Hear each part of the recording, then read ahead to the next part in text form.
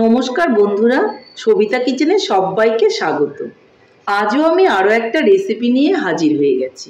আজ আমি বানাবো বাটা মাছের পাতলা করে ঝোল সবজি দিয়ে।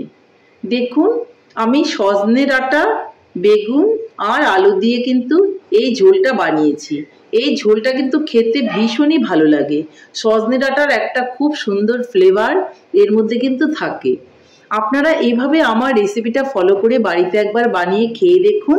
এই গরমে দেখবেন ভীষণ ভালো লাগবে।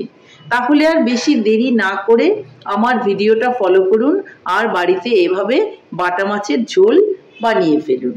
তাহলে এই বাটা মাছের ঝোলটা আমি কি করে বানালাম সেটাই দেখে নেওয়া যাক।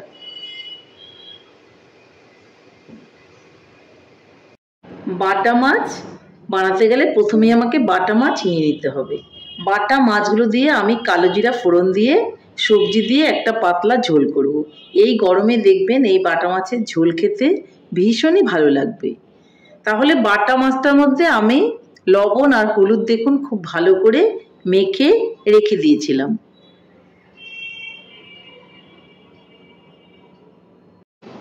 এদিকে আমি উনানে একটা কড়াই বসিয়ে দিয়েছি আর তাতে দিয়ে দিব আমি তেল।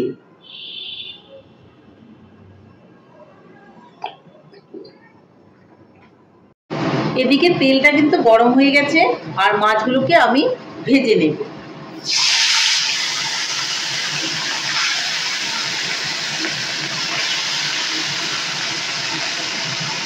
আমি কিন্তু আলু, বেগুন আর সজনা দিয়ে এই মাছের ঝোলটা বানাবো।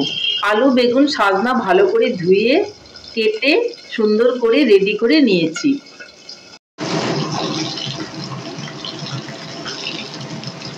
মাছগুলো একটা সাইড হয়ে গেছে, অপর দিকটা আমি উল্টে দেব।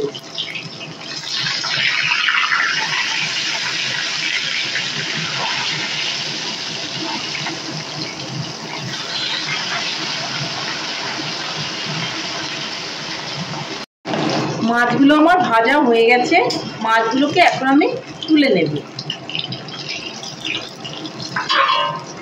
মাছগুলোকে আমি তুলে নিয়েছি।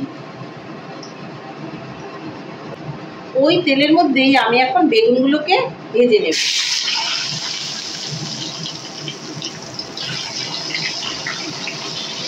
বেগুনের মধ্যে দিয়ে দিব অল্প লবণ, অল্প করে হলুদ। ভালো করে নেড়ে চেড়ে ভেজে তুলে নেব। বেগুনগুলো কিন্তু ভাজা হয়ে গেছে, এগুলোকে আমি এখন তুলে নেব।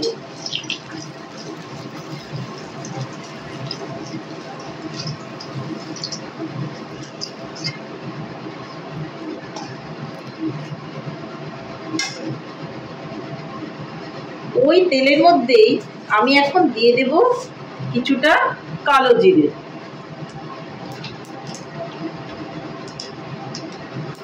দিয়ে দিব দুটো কাঁচা লঙ্কা। এরপর আমি আলুগুলোকে এখানে দিয়ে দেব, দিয়ে একটু নেড়ে চেড়ে নেব।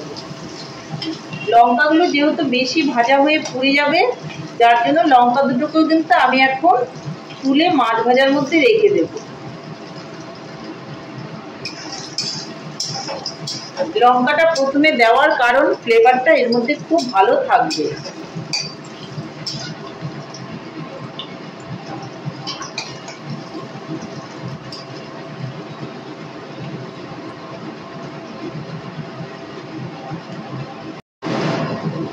এখন আমি আলুগুলোর মধ্যে দিয়ে দেব সজনাগুলো।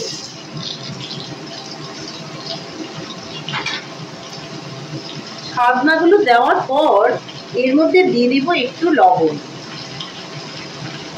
লবণ দিয়ে ভালো করে নেড়ে চেড়ে এগুলোকেও কিন্তু আমি ভেজে নেব।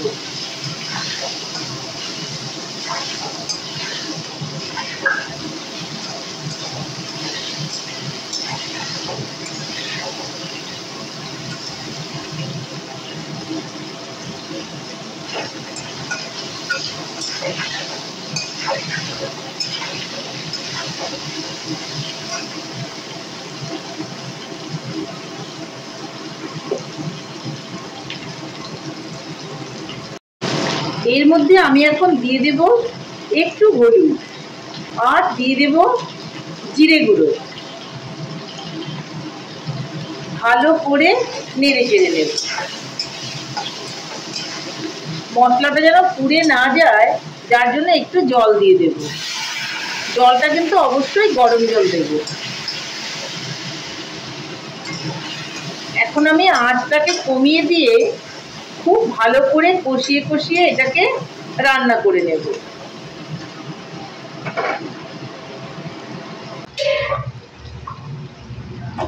দেখুন ডাঁটা আর আলুগুলো কিন্তু খুব ভালো করে কষানো হয়ে গেছে। এর মধ্যে আমি এখন বেগুনগুলো দিয়ে দেব, যেগুলো আমি ভেজে তুলে রেখেছিলাম। আর দুটো লঙ্কা ফোড়নে দিয়েছিলাম, সেই লঙ্কা দুটোও কিন্তু তুলে রেখে দিয়েছিলাম। তাহলে আমি সবগুলো বেগুনি কিন্তু এর মধ্যে দিয়ে একটু নাড়াচাড়া করে নেব। সাজনাগুলো তো অবশ্যই সেদ্ধ হয়ে গেছে। দেখুন আলুটাও কিন্তু সেদ্ধ হয়ে গেছে। খুব ভালো করে আঁচ কমিয়ে কিন্তু রান্না করতে হবে। আঁচটা বাড়িয়ে রান্না করলে কিন্তু আলুগুলো সেদ্ধ হবে না আর খেতেও ভালো হবে না। আঁচটা কমিয়ে করলে মশলাটাও খুব ভালো করে, যে আমি জিরে গুঁড়োটা দিলাম, ভালো করে সুন্দর করে কষানো হয়ে যাবে আর আলুটাও কিন্তু সেদ্ধ হয়ে যাবে।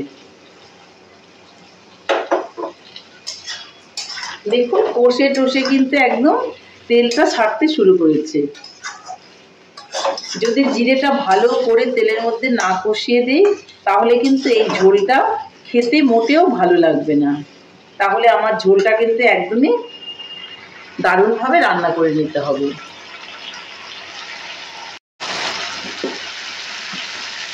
এর মধ্যে আমি এখন দিয়ে দেব সামান্য একটুখানি চিনি। চিনিটা দিয়েও কিন্তু আমি ভালো করে একটু নেড়ে চেড়ে নেব।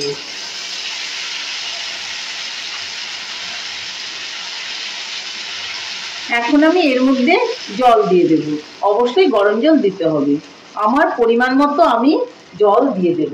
যেরকম মাছের ঝোলটা আমি বানাবো ঠিক সেরকমই কিন্তু জলটা আমাকে দিয়ে দিতে হবে। জলটা দিয়ে আমি কিন্তু উপর থেকে মাছগুলোকে ছেড়ে দেব।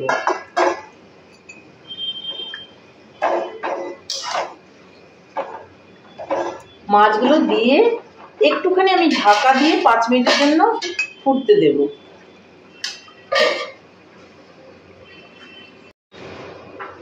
ঢাকনাটাকে আমি তুলে নেব আর আমি অল্প করে কিন্তু গোলমরিচের গুঁড়ো দিয়ে দেব উপর থেকে।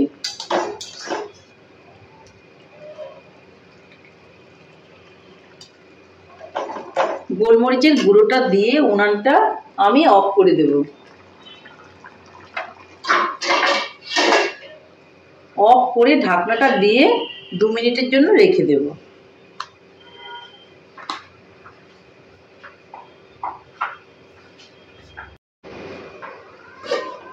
আমার মাছের ঝোল কিন্তু একদমই রেডি হয়ে গেছে। দেখুন আমি এখন এটাকে নামিয়ে নেব।